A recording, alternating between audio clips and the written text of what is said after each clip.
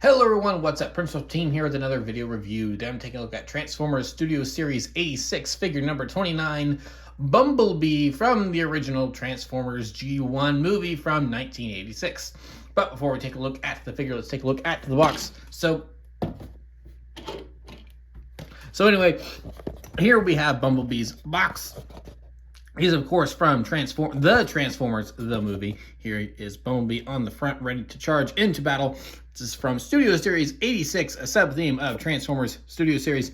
Is the 29th figure from Transformers Studio Series 86. He's an Autobot. His name is Bumblebee. He's for ages 8 and up. Of course, that's just a suggestion. I have to put that on there. He's manufactured by Hasbro. Says Transformers along the side. It's from Transformers Generations. Co-manufactured by Takara Tomy.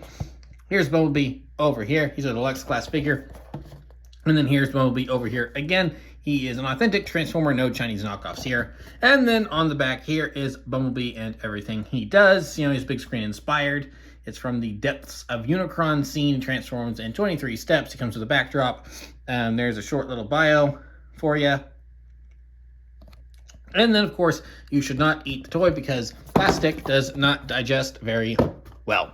So, yeah. So here is Bumblebee in his little kind of faux penny racer Volkswagen Beetle form that everyone that kind of Mandela affects itself into, like, everyone kind of thinks like, oh yeah, he was a VW Bug, and certainly it's reminiscent of a VW Bug, but his original toy and the cartoon model was very much this more compact penny racer. So that, you know, I mean obviously this is if a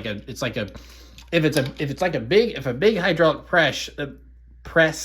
big hydraulic press kind of smushed, you know, didn't go like stopped halfway of smushing a VW Bug. That's kind of like what Bumblebee is in the original Generation 1 cartoon. So yeah, works pretty well as a you know, for what it's supposed to be. So yeah, not a whole lot going on here, but you know, he's supposed to be real tiny and compact, and boy, do they get that across. So I got a couple of, like, small, these are like nitpicks. These are like really nitpicky things, if I can enunciate my words. He's got 2 Autobot symbols for some reason. Some G1 Bumblebee figures are like this, and I don't really understand why. Because I've looked it up. It's definitely not on his cartoon model. It's definitely not on his original toy. So why they have to include 2 Autobot symbols, I don't know why. It just seems a little bit strange. There's got to be something out there that had the 2 symbols. I don't know why, because this one disappears when he goes into robot mode. So and this one's the one that everyone always thinks of. So if this is the one that's supposed to be there in vehicle mode, and this is supposed to be blank on the top, then I wish they had put in a little thing where you could flip it.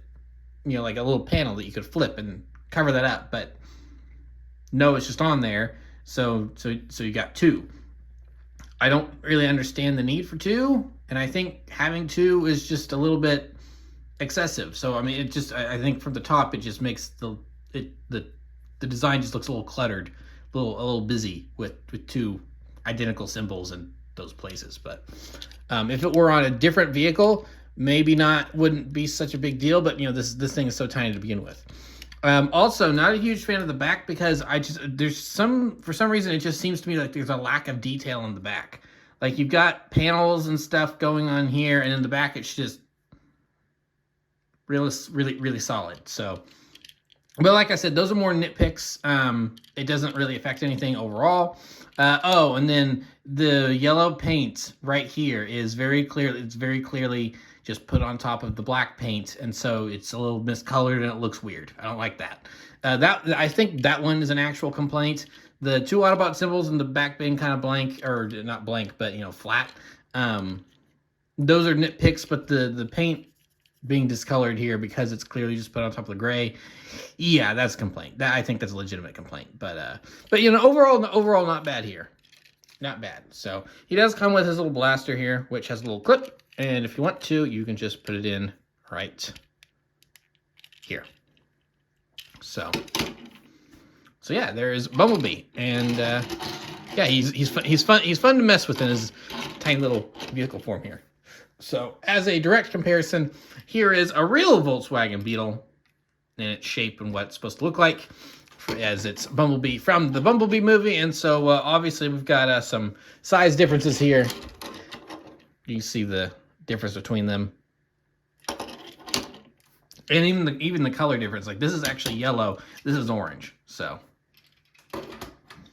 but yeah, that's pretty much it for Bumblebee's alt modes. Now let's go ahead and get down to the transformation.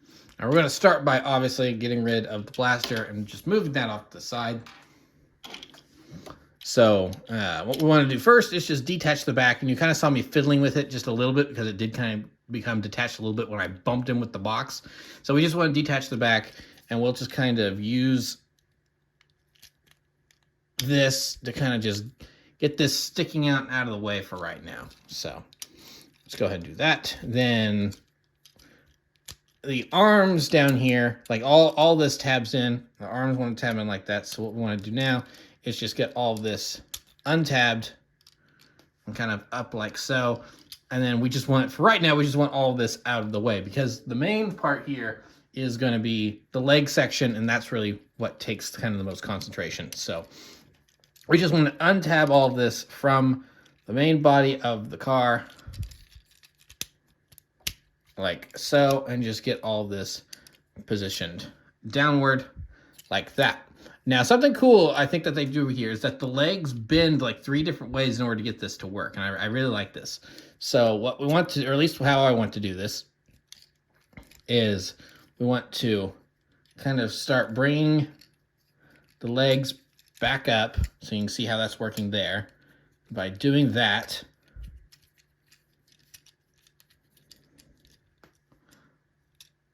we've kind of got the feet going.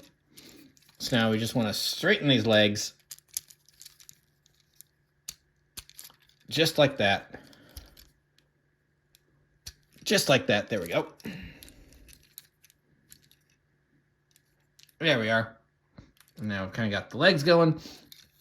Then we want to just split this down the middle. There's a little tab there that tabs under there. So just get that all split. And then we want to take this panel here, bring it down, take this panel here, bring it down, and then this is just going to swing in and tab in to that piece like so, and then we've got a leg done. So obviously we want to do the same thing over here. So just bring this piece down, bring that piece down, swing that in, get it all tabbed in like so, and then there we have legs done. Now we want to use this hinge here and just bring up the waist. So that's going to tab into there when you're taking it into robot mode or vehicle mode. And then we've kind of got the torso done here. So now what we want to do is we want to work on kind of the back. So this one I kind of ended up getting swung around already. So we just want to bring this in here, and then that's just going to tab right into there. So show this off a little better. Just swings around 360 like that. And then we just want to get it tabbed into there like so. Then we can bring out the arms and just extend that.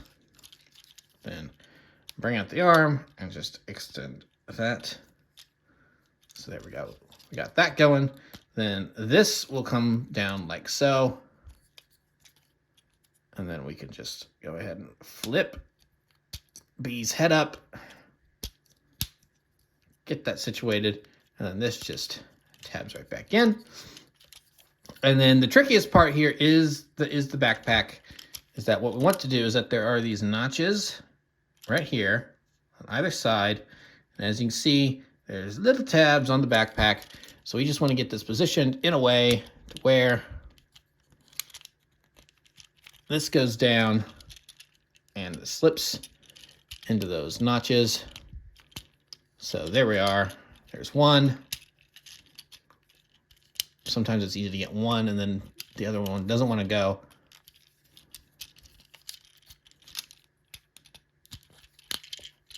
Oh, see, again, we got one but not the other.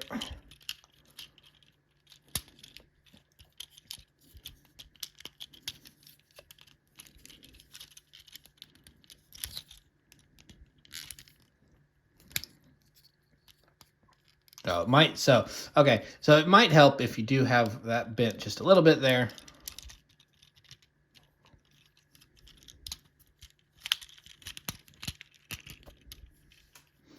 Come on. There we go. It's just a matter of just getting it slipped past there. And then, yeah, it really does just kind of fall right into place. And then we can just straighten B out here. Get everything. And yeah, there we are. There we have Bumblebee in his robot mode. So yeah, overall, he is a nice looking Bumblebee. He certainly looks like the Generation 1 character model.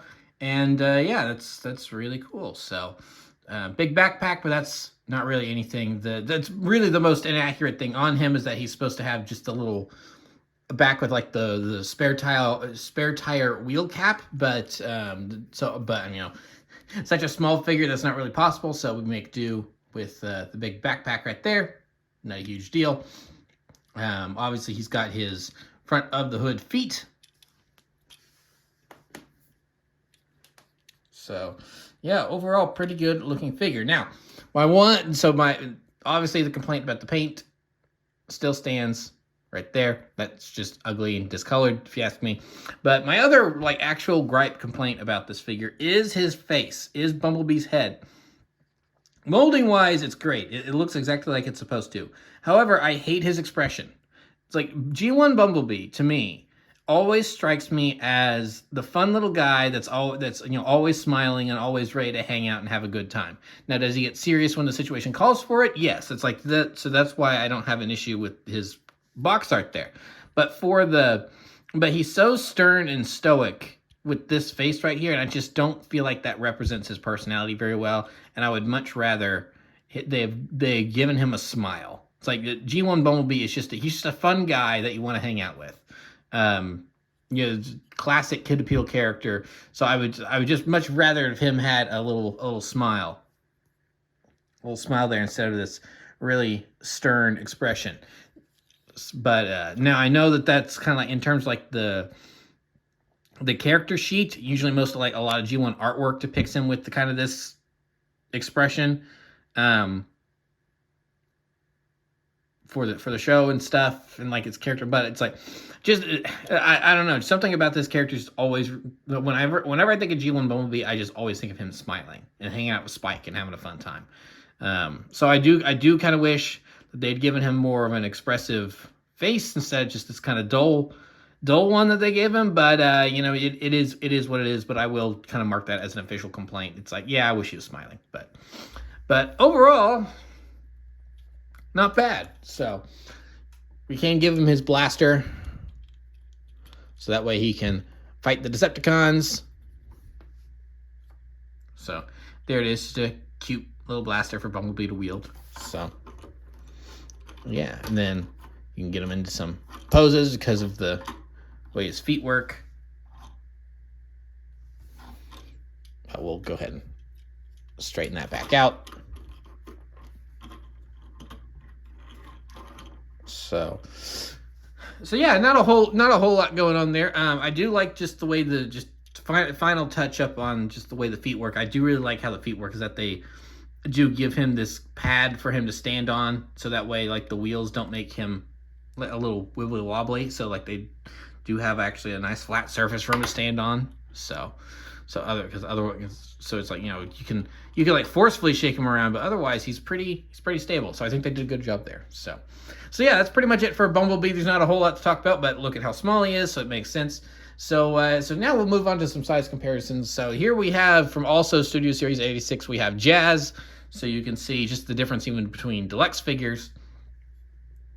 And then we're going to bring in Earthrise Leader Class Optimus Prime, who's really more of a Voyager size, but you know, he comes with a big trailer, so they made him a Leader Class. So yeah, here's how they stack up. So we got Optimus and Jazz and Bumblebee from the original cartoon, and yeah, they all look good together. I like that. So just move them back off to the side, and we're not quite done yet, because inside every Studio Series box does come a display. Just get this out here.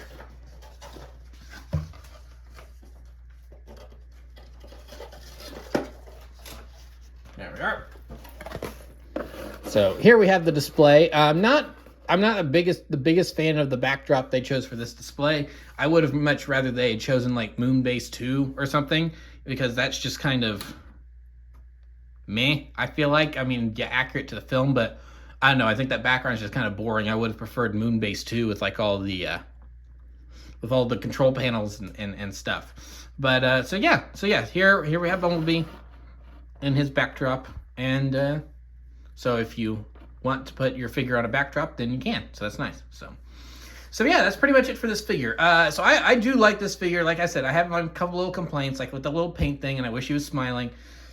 But engineering-wise and how he works as a figure overall, I'm really pleased with this guy. And I think it's great that they put him out and released this figure, because something they could have just done is, and I know that a lot of people would have probably been fine with this, is that something they could have just done is that they just could have re-released and to a degree they actually kind of are as well at the same time, because there's like the Walmart exclusive classic or whatever thing that's coming out.